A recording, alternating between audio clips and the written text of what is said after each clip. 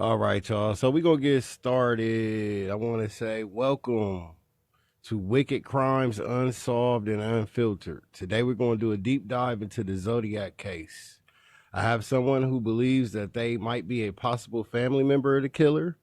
Their story, secrets, and evidence will bring a whole new angle to unsolving this mystery, y'all. So we're going to jump right into it. I'm going to bring them on.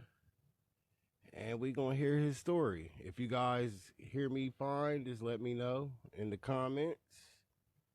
And let's bring him up. His name is J Crime 00, you guys. J Crime 00. Let me bring him in.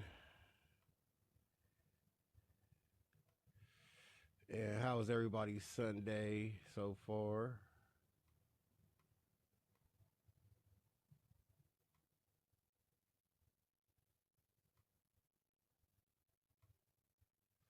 I'm just waiting on J Crime to jump on. Right now it says he's offline.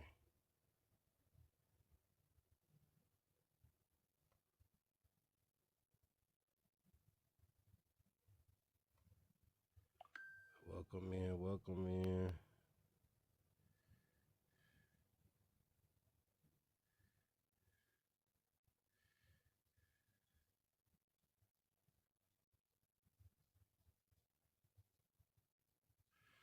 All right, we just waiting on him to jump on. Let's see here. Like I said again, we're going to talk about the Zodiac crimes. Let's see here. Welcome in, everybody. Waiting on Mr. J Crime to pop up. Then we could get this show started.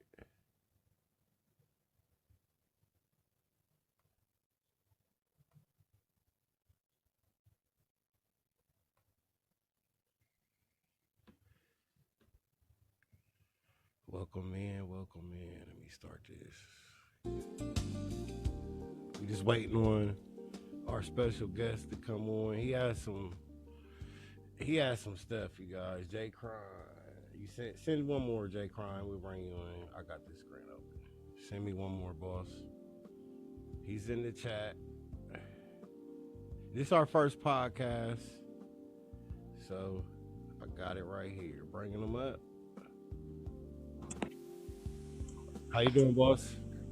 I'm good. Thank you for having me. Appreciate you coming. Let's turn that off. All right. So welcome in, man. Welcome. We appreciate you coming on and sharing your story. You want to go ahead and let everybody know who you are? Yeah, your sound is a little low, just so you know. Okay, I turned it up. Can you hear me now? I can hear you a little bit better, yes. Okay, I'll turn it up a little more. Yeah, I would definitely turn it up a little bit more. All right. Can you hear me better now? Absolutely. All right. So, like I was saying, I wanted to let you introduce yourself to everybody, if you don't mind telling us who you are. Yes. I go by jcrime00, and I started this TikTok a little over a year ago, an account knocking on people's doors as I knocked on Wicked Crime doors, trying to get information out to the public. And we've done 4.5 years of research into my suspect, who happens to be my grandfather, and we are convinced it's him. And when did you first begin to suspect that your grandfather was connected to the Zodiac case?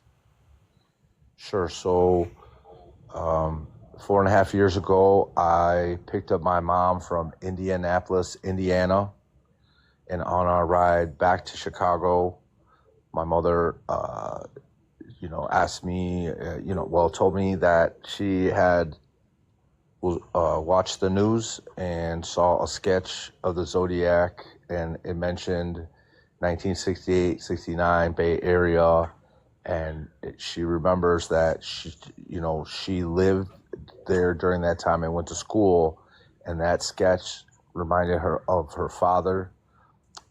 So with that bit of information, my wife and myself began our journey trying to exonerate him or try to find one thing to rule him out, and we couldn't. And when she seen that sketch, do you remember her reaction? Do you remember anything she might have said? Um, yeah, you know, so when she saw that sketch, unfortunately, I wasn't around when she did, but I think she had mentioned it to my sister. Um, but my sister didn't have the research that my wife and I did to wrap her mind around the whole thing as where we're at now.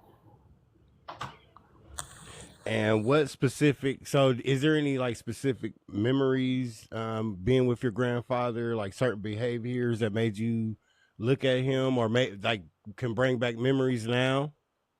Yeah, absolutely. So, a little over a year ago, I myself had suppressed memories as a child, and a memory came back of when I was 6 years old. So it was 1982. We were visiting the farm in Ohio, and my grandparents would collect the scraps from breakfast, lunch, and dinner, and add water to a pan of the scrap food and feed the farm cats outside. So I remember walking out with this pan of food to feed these farm cats and placing it on the ground. And one of the cats were growling, trying to, take the food from the other animals. And my grandfather pulled out his .22 rifle and unalived it in front of me. Wow. So that's one memory of him. The second memory is watching him get buried in 1996. But as far as knowing who he is and what kind of person he is, I didn't learn. Obviously that incident gives me more reason to believe someone that can do that with ease is capable of doing something like that. But my mother knew him better than anyone, and based off of knowing now what we know and the suspicion of it, my mom had given me some information about when she was a child, what he did to her sister, picked her up, threw her, and like broke some of her bones from that injury. So he was very abusive and Wow. not a very nice guy. Wow. Has she ever like shared any stories or showed any interest once the tabloid starts talking about the Zodiac? Was there any family members at that time that was interested in the Zodiac and doing their own research, or? Good question. I would say that not many family members were interested. I would say that once we had this, we did put this information in front of one of my aunts, who wanted to definitely exonerate him because she's not aware of the things that he did because she was too small at that time. But I would say that my mom, after seeing the sketch, and then after our research, and then her bringing up memories of things that he had done, for example, when she was with us and we went to at the FBI in San Francisco, when we were sitting down after presenting our case to them, my mother had said, I want to tell them something. And we've never heard her say before, was that when she was about 15, 16, because she was living with him and she was a military brat moving all over the country with him and his new wife, which is my step-grandmother, who's still alive today. But my mom wanted to get back with her mother, so she attempted to leave and run away. And he tracked her down, found her, and when he did, he grabbed her pulled her real close, shoulder to shoulder, and said, "If you ever try doing that again, I will unalive you because I've unalived a lot of people." And when I heard that, I was just like in shock when my mom said that. Wow. So I want you to give people a history of your grandfather and explaining him, you know, mainly what really brought out the whole I believe he was the guy. Like I remember you was telling me his military background and Sure. Yeah. So, um, one thing is that we know in 1954 when he began his career, um, he trained and learned how to use ciphers, which is something that the Zodiac had used, encrypted messages, which you learn in aviation when you have a call sign, or when you're trying to let your own people know a message without the enemy knowing. So he was trained for that part. But what really makes this so convincing, not just him being the same height, weight, literally a wing walker himself, 10 and a half shoes, same size that was found in crime scenes, but it was really the um, the the records that place him in the geographical locations of where he's at, where we're like, okay, 68, 69, we place him here. And then he goes to Vietnam, which explains the time gaps, and then he comes back and the crimes continue. But we have records of from 1954 to 1974, and we're now following him around his career, and wherever he goes, the same MO type crimes are happening. So we believe that he's not just the Zodiac, not just the Scorpion writer, not just the Phantom writer, not just the Citizen writer or the Circleville writer or, the New Jersey writer. He is the same person. He is a multi-persona theatrical serial killer. wow. Have you ever found any items, letters, weapons, or drawings, ciphers, any type of evidence? Has any family member ever found any of that? Thank you for the question. Unfortunately, cipher letters type stuff, we haven't been able to get our hands on anything yet. I won't say that it's possible that it's there. I would say it's a possibility, but we do have his pictures, original pictures that were taken throughout his military career. One picture says "killing time" on the back. We know that in 1959, there's nothing better to do but to kill time, as the Zodiac would say in the Badlands letter. We have where he says, "Guess who?" A picture of James Manfield. We know that the Zodiac would say, "Guess who?" He has another picture where on the back it says, "Ha." We know the Zodiac would say, "You can't catch me, ha, ha, ha." But what's really crazy is that his enlistment picture, he doesn't write his name, but he writes "me," and we know the Zodiac likes to write the "me" and underline things, and he writes "me" and underlines it. And what we find also crazy that we just discovered the other day is that all these other pictures don't have nothing on the back but the number 22 that he writes in, and there's 5, 6 photos that say 22, and we know that that was the Zodiac's preferred weapon, which we found like, oh my God, this is another clue. Now you said the 22, right? So remember you was telling the story about the cats and go ahead and reiterate that part with the 22 what you just said. Sure. So again, when I was a child, it was 1982. I was 6, and my grandfather asked, I don't remember if he asked, but I walked out the door with him, and I was carrying a pan of food that they collect for breakfast, lunch, and dinner, and they add water, scraps to give to the farm cats. And I went to put it on the ground, and one of the cats were growling at the other ones, and he just pulled the 22 out and just unalived it right in front of me. And you guys just heard him. He said the 22. And so, with that being said, to what you just said now about the 22, how he puts 22 on the back of all his pictures, What kind of coincidence do you think that is? And to add on, a lot of the crimes were with the 22. Right. So, with that being said, did you or do you have any family members ever said, like, did you ever see? You might have been too young, but was anybody ever acting, um, not but did they ever suspect anything when they seen like a news clip come through the news or a news article come, like the paper article about the Zodiac? it, Did it they? never it never really got brought up until we start doing the research and going back to what you're saying about guns and stuff like that.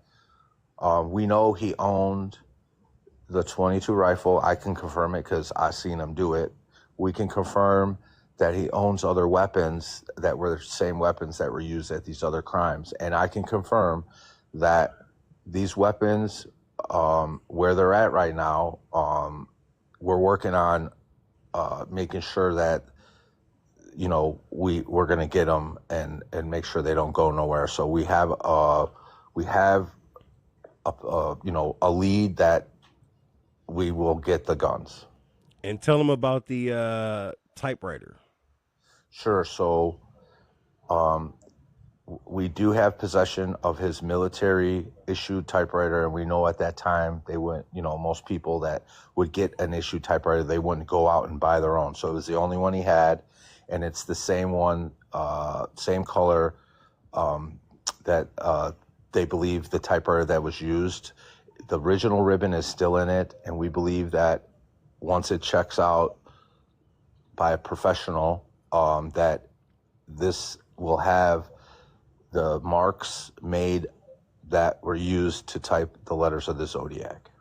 Now, do you believe, or has any of your relatives believe that your grandfather was capable of writing ciphers and, using Absolutely. complex codes? Absolutely, because when he graduated high school, he was the top of his class in mathematics.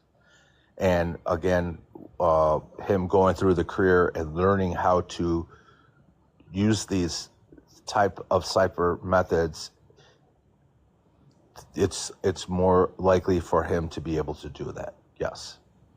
And has your mom or anybody ever noticed like any clothing descriptions similar to his? Yes, we actually have another picture of him with his new wife, my step grandmother, wearing the same brown pants and the same jackets that were seen at crime scenes. Wow.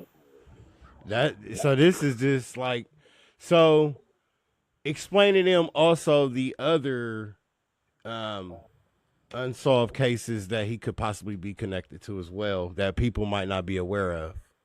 Sure. I want to ask you a question, Wicked. Yes, sir. Um, would it be would it be okay if we can bring one of my researchers up? Yeah, that's fine. So it's Rick McBain. If he sends you a request, he's a veteran, 20-year, respected, well in his field, and he's one of my top collaborating researchers in this case, and he can explain it because way better than I can, and why this is such significant to this case with the information that he helped obtain. So I think, the credit is deserved to him for his research that he's done as well. Yes, I brought Rick up. How you doing, Rick? Doing good. Thanks for having me. Appreciate you coming on.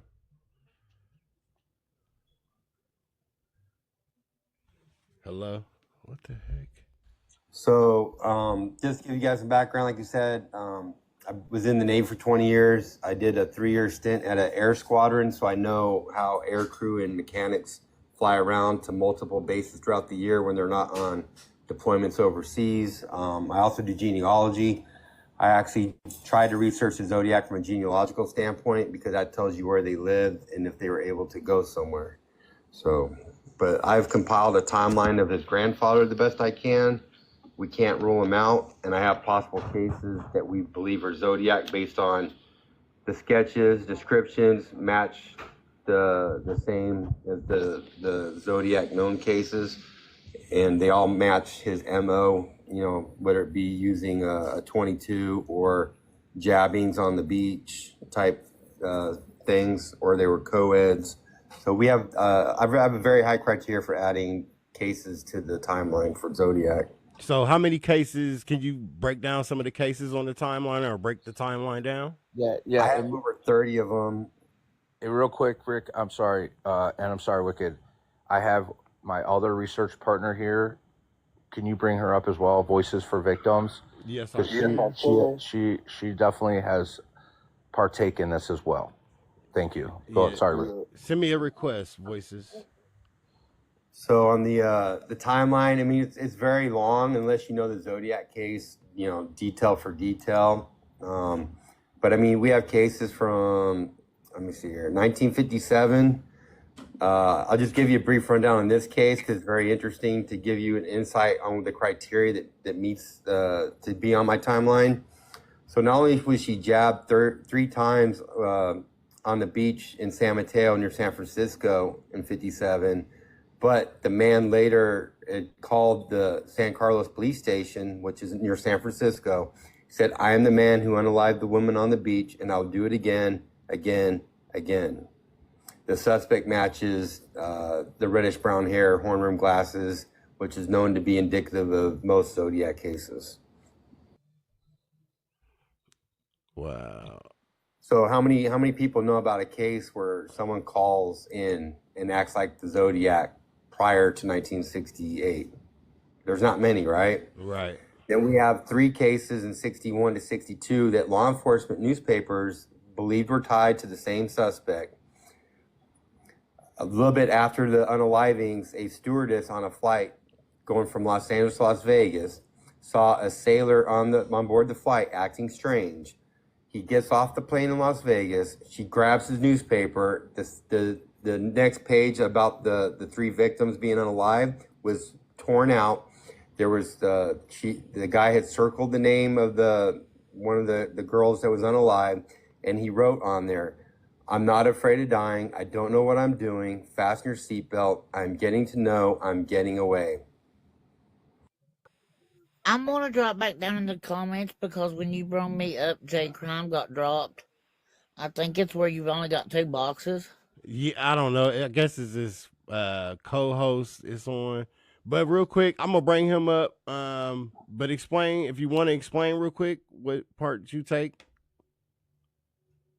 Who I partake, I'm one of the researchers also. And when I first came across J Crime,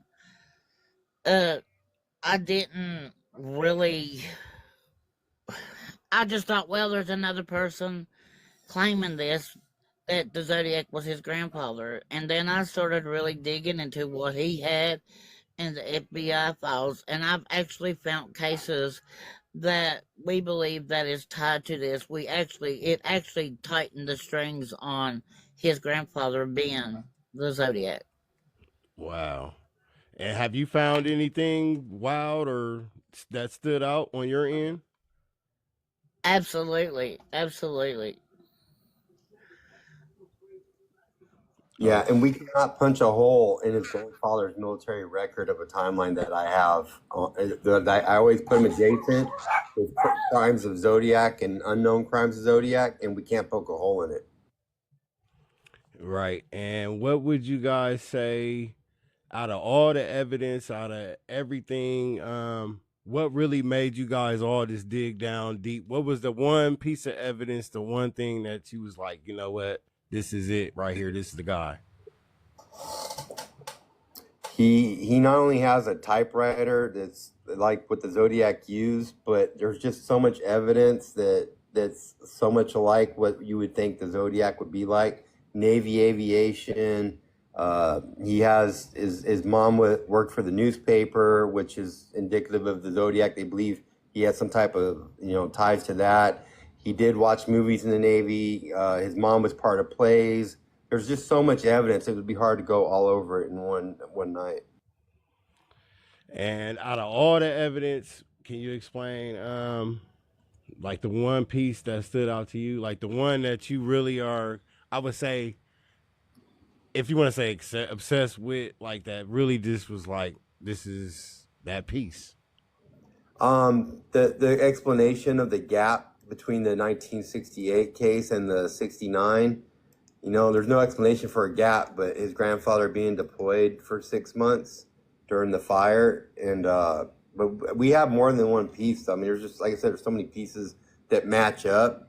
And he also went to deep sea egress diving school in the Navy, right when he got to Alameda, right before the Zodiac came about. And they all wear Zodiac watches, as we know. It's just, and he's got the reddish brown hair, which is, if you read all my cases, that's one of the criteria for being on the pre-Zodiac timeline. And the horn rim glasses are all part of these sketches nationwide, and they all match up when he's, stationed in Jersey, New York, flying in and out places. It all matches up. What about that mask, like that thing that was, is that real or is that? So the mask, so his grandfather would have also been part of like welding the aircraft. So, and there, like I said, there's lots of aircraft and Navy references to the Zodiac. So, even prior to J Crime, I always suspected that the Zodiac would be naval aviation, because he wore Navy wing walkers. And I mean, these other cases I found, they said it was a Navy sailor on the flight that creeped out the stewardess, and he wrote that weird, Zodiac style messaging. So, I mean, that to me, those are all clinchers that is pointing to a Navy sailor. And there's other evidence suggesting that Zodiac was active duty, not a guy that got out after 4 years. Right. Buying ammo on the base. You have to be, retired or active duty to buy ammo on a base. You can't be a guy that got out for 4 years and just walk on a base and buy ammo. And for J Crime, explaining to him about that fire that happened on the naval ship. Yeah, thank you. So January 14th, 1969, and we have his records to show him being on this ship. And we also have the records showing that he was asking for onshore duty over and over again and wasn't getting his request. So 18 months prior to this so-called accident fire, it was an identical fire that happened on the USS Forrestal that John McCain was on. They went to great lengths to train these people to make sure this doesn't happen again. So when this happened, January 14, 1969, there was a Huffer driver driving a fueler truck that fuels these jets that was parked too close to, just so happens to be a jet that's in his air crew, his squadron. So when this bomb went off, it unalived the Huffer driver right away. It unalived one of the people in his squadron, and 314 men were injured because multiple bombs. It was just bomb after bomb on the ship that was going off. He just so happens to jump into the water to save his own life. And we know there's a reference that the Zodiac specifically uses from the Mikado play, where it says he plunges himself into a billowy wave, tit willow, tit willow, tit willow. So he lives this out. He uses the reference of the Most Dangerous Game movie. And when you watch that movie, in the beginning, the ship blows up, people are being eaten by sharks, they swim to shore, and then they're hunted by man. So he referenced that. So they fly to Treasure Island. Well, Treasure Island is real. When he's in Hawaii after this fire, they flew to Treasure Island to do this fire safety training again. And when he's finally done with this fire safety training, why this ship is being revamped, refueled, and everything, he's now back in the Bay Area. He comes back in the Bay Area July 2nd, 1969, doesn't wait 2 days, and unalives Darlene Farron July 4th, 1969. Now, what's significant also, there's a Halloween card that was sent in by the Zodiac. We know as the persona, he claimed 37 victims. 5 are known victims by gun, knife, and rope. 4 unconfirmed by gun, rope, and knife. But till this day, the fire explanation hasn't happened. And if you take the 5 confirmed and the 4 unconfirmed, that's 9. And you add the 28 men that died by fire January 14, 1969 equals 37. That's our explanation that the Halloween card is telling you who he is, and it's a confession card. And have y'all ever like did a side by side of the like the handwriting? Yes. And does it look similar? Yes. Wow. That's It's yeah, because the handwriting changes over time. And when we look at the handwriting of another case that happened in New Jersey, I think it was 1984 or 86, and there was a police officer's son who got abducted and unalived, and then 2 weeks later, they wrote messages on a police car and even wrote on the ground that all matches one of the letters that Zodiac had sent in years prior. And how would somebody describe his relationship outside of you guys with his coworkers, friends? That's a really good question because, we know that just from family members that are alive, because all his siblings and they're all gone, and a lot of the people during that era, 30% of that population is left. We know that he was a loner, and he didn't talk much when there's family parties. He would be in another room drinking by himself and not participating with anyone. So, unfortunately, that's a really hard answer. We've been trying to get in front of some of his squadron members that are alive, but these guys don't talk. It's really hard to talk to them. They freeze up, and they don't tell you nothing. There's a good chance that the bombing that happened on that ship may have been a cover-up, because when accidents happen, but we believe that it wasn't an accident, that he caused the fire, and he was issued a whole bunch of medals, and when that fire happened, they didn't give him none of them afterwards. And we placed him on that ship during records, and we placed him on that ship via his mom, who was a newspaper correspondent, who put it in the paper saying he's okay, he made it off the ship. So, yeah, that's kind of where we're at with that information. Has anybody ever had the courage to come out and just ask them flat out, like, hey, dad, grandpa, husband, are you that guy that they're talking about? Have you ever heard anybody ask that question?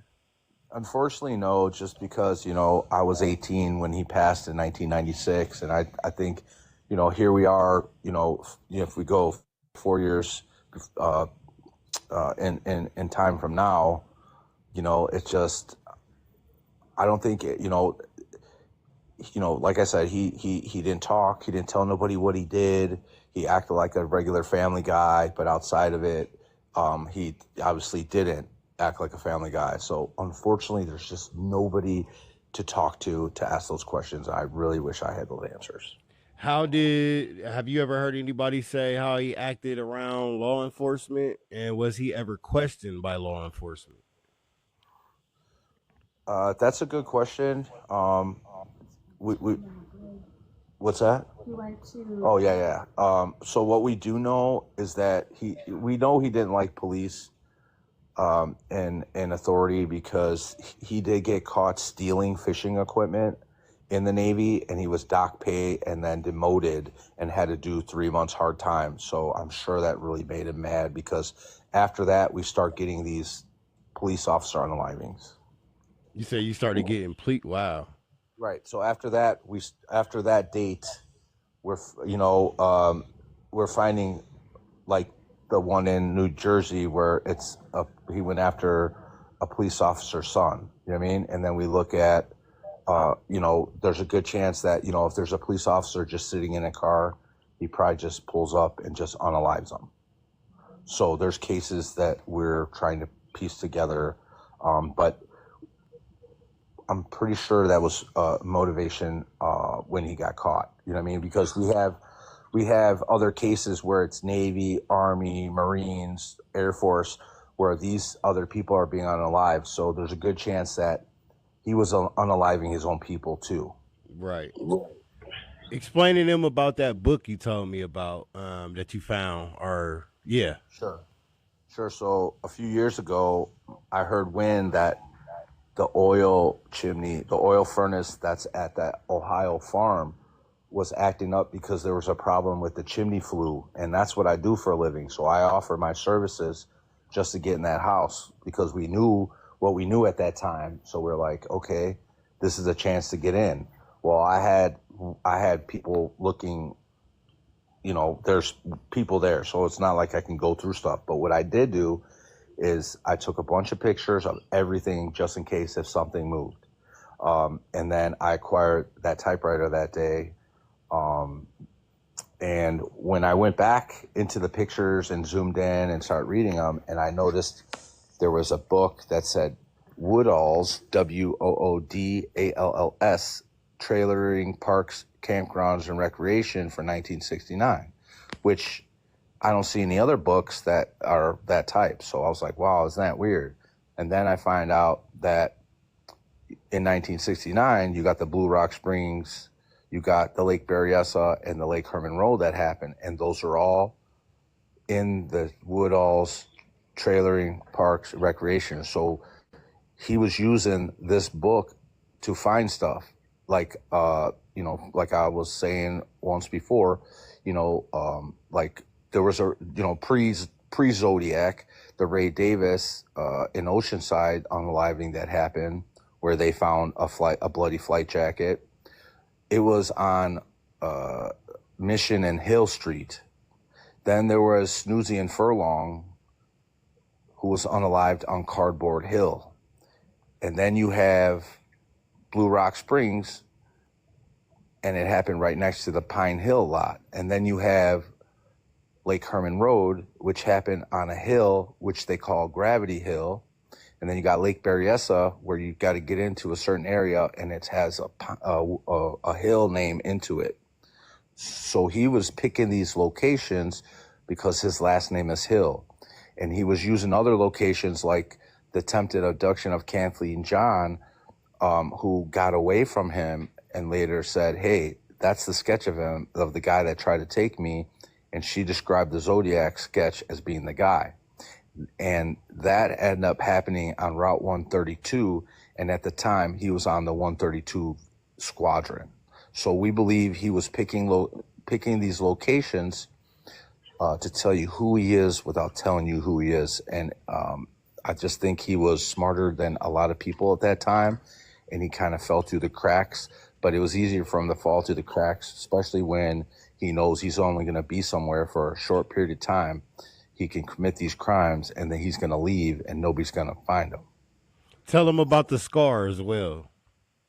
Sure. So what year was it, babe? Was it 1965? 1964, there was an attack on 1963. Thank you, wife. Which is, again, one of our researchers here and my wifey. But 1963, there was an attack on two people, last name Domingos, last name Edwards. They believe they were fighting back. They fought back against the assailant.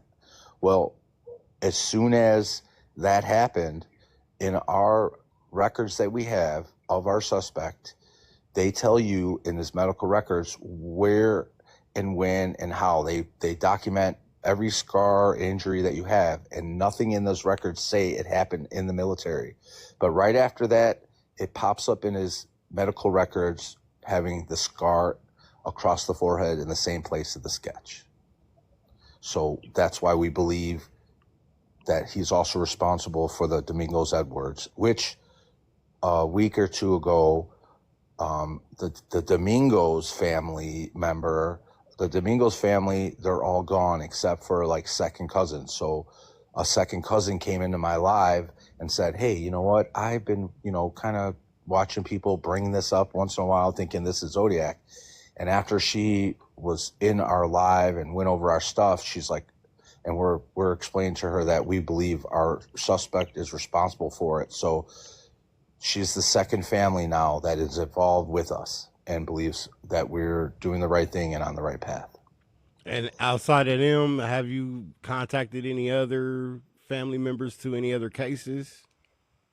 We're hoping that even being here today on your show, and we appreciate it, that's a possibility that this might get in front of somebody, and we're hoping that between the follows and the shares that everybody does, from all the interviews that we do, from people like you that offer a platform to allow a story like this to come out, it really supports the families and and helps solving the case. So we're very appreciative for you today, Wicked, and we're hoping that we may be blessed and fortunate enough that one of those families may be listening today, and we're hoping that they can reach out to us or reach out to you or reach out to anybody if they want to look into what we have, and we're here to help them and assist them and answer any questions they may have.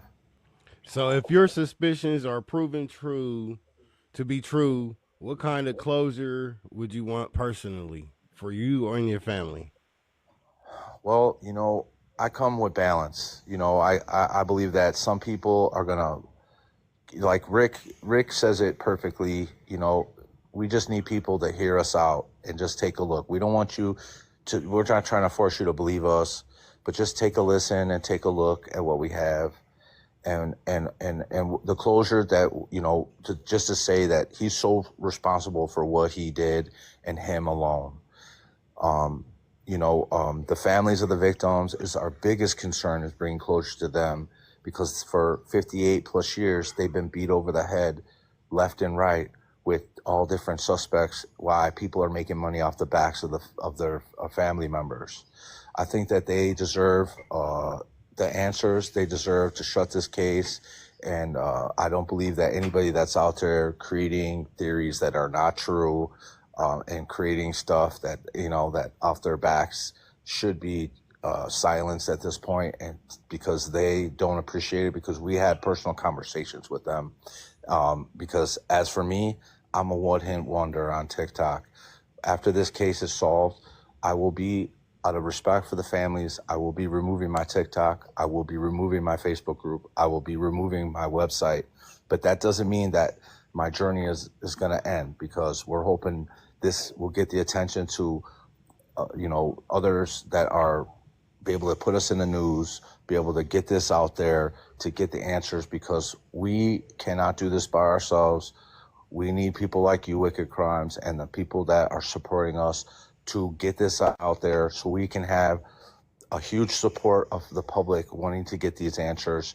And I believe that I feel like there'll be closure in my family, knowing that we got closures to theirs. And I think that like I said, I'm almost 50 years old. I'm a humble man. I've been through a lot of stuff in life.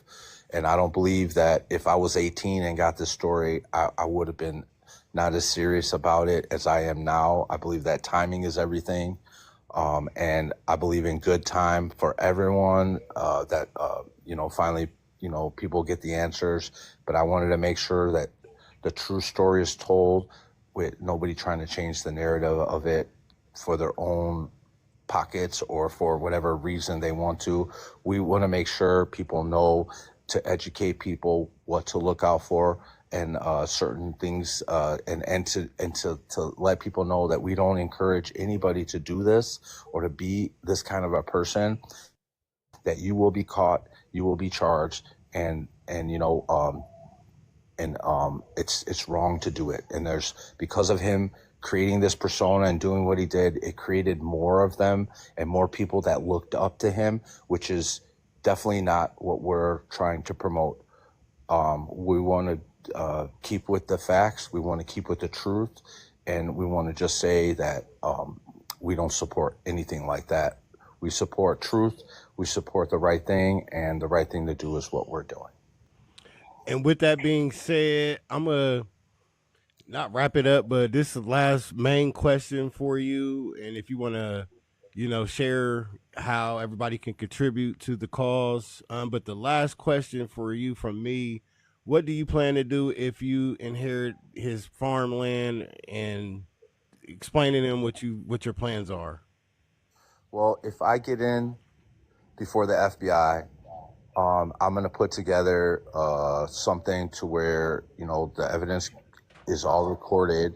I'm going to have legit people helping me where everything's recorded, and and hopefully we can find something that, like I said, we got the typewriter, we got the pictures, I got DNA, which we got hit on an unidentified body already. They don't tell you about it. We believe that this investigation is open now. Explain that for us a little bit. Sorry to cut you off, but elaborate on that a little bit for us.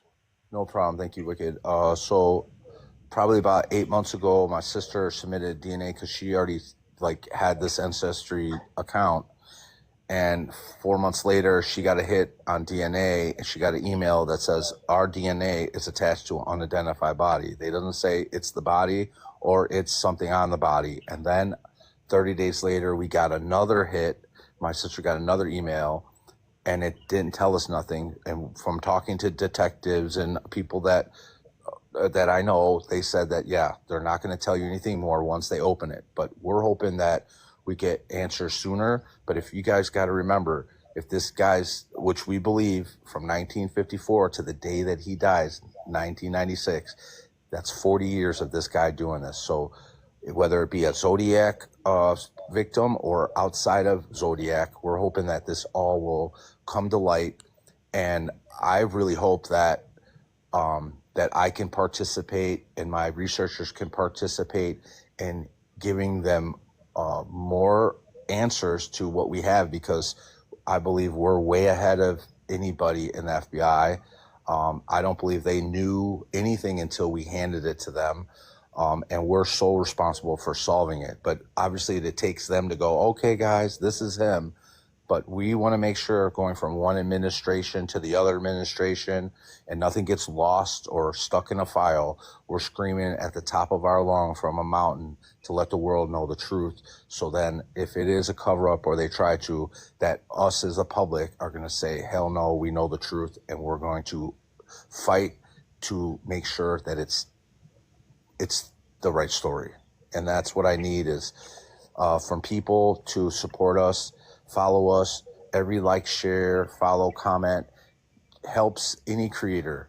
And I understand why more than anything, but what it will help for us is to get it in the hands of more people, more eyes, more ears, more voices, because it takes a community to solve these cases. We couldn't do it by ourselves. That's why we have Rick and Voices. That's why we have other people keeping this case alive for 60 years.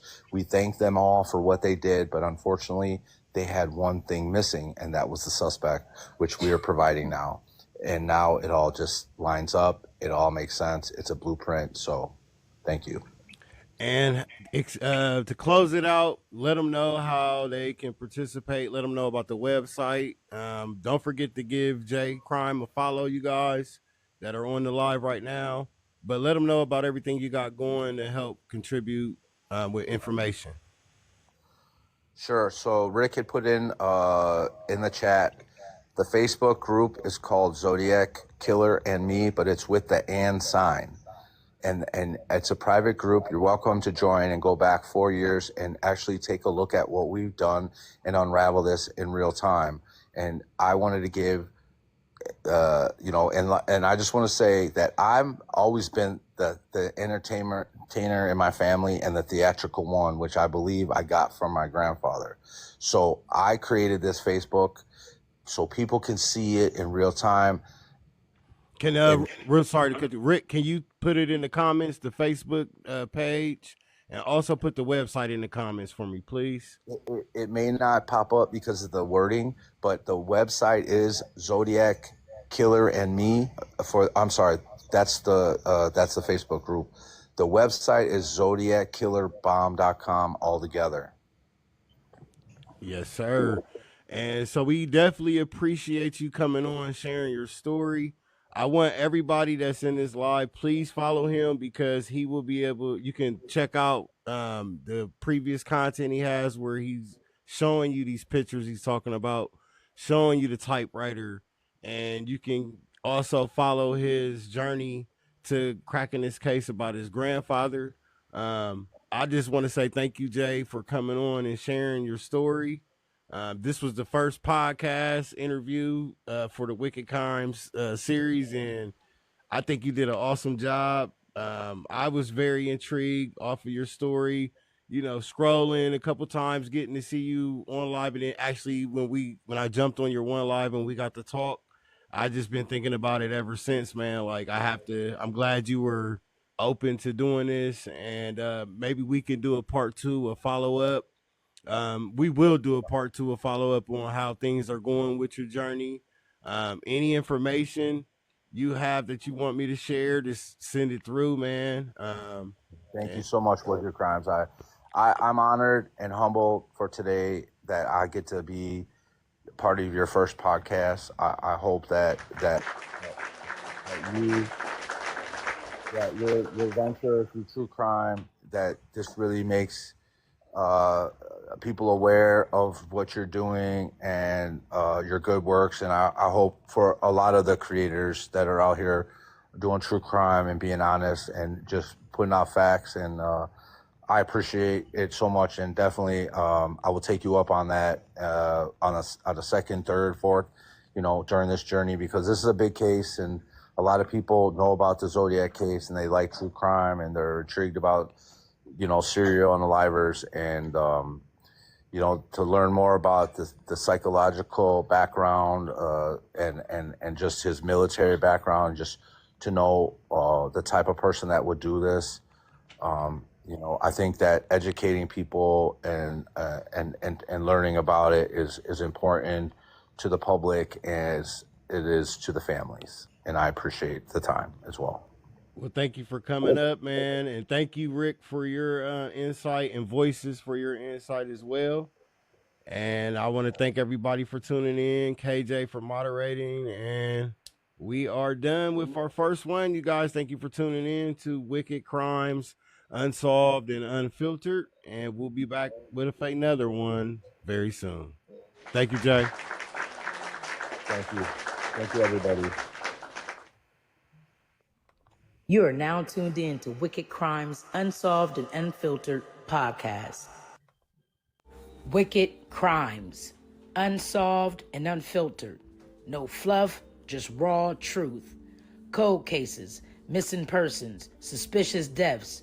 We dig into the evidence everyone else missed. If unsolved crimes keep you up at night, you're in the right place. Wicked Crimes. Wicked Crimes.